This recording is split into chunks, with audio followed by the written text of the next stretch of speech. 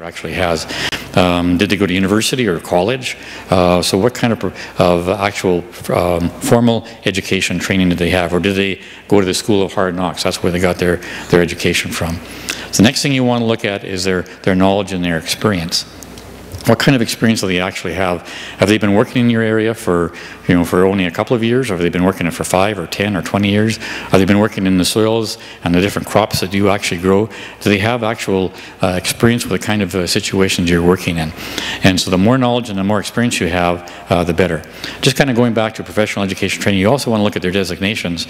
Some people might be professional agrologists or might be certified crop advisors.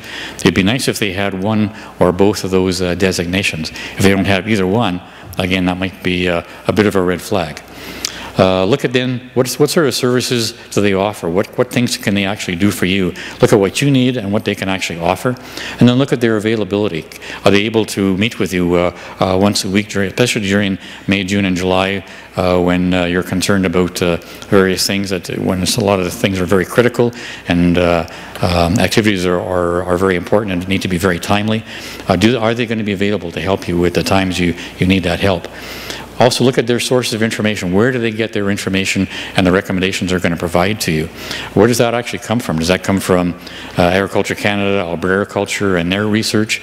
Or are they looking at things in Australia and their micronutrient requirements and they're translocating and giving recommendations from other regions? Where do they get their information from? And then the other thing is look at their backup support. If they have questions that they can't answer and nobody knows all the answers all the time, if they do, then they're bullshitting you.